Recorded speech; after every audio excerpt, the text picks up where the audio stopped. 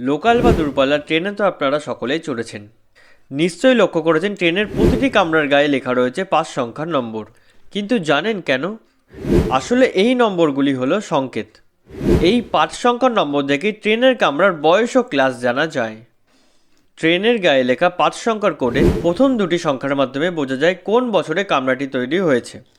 পরের তিনটি সংখ্যার মাধ্যমে জানা যায় কামরাটি কোন ক্লাসের মধ্যে পড়ে।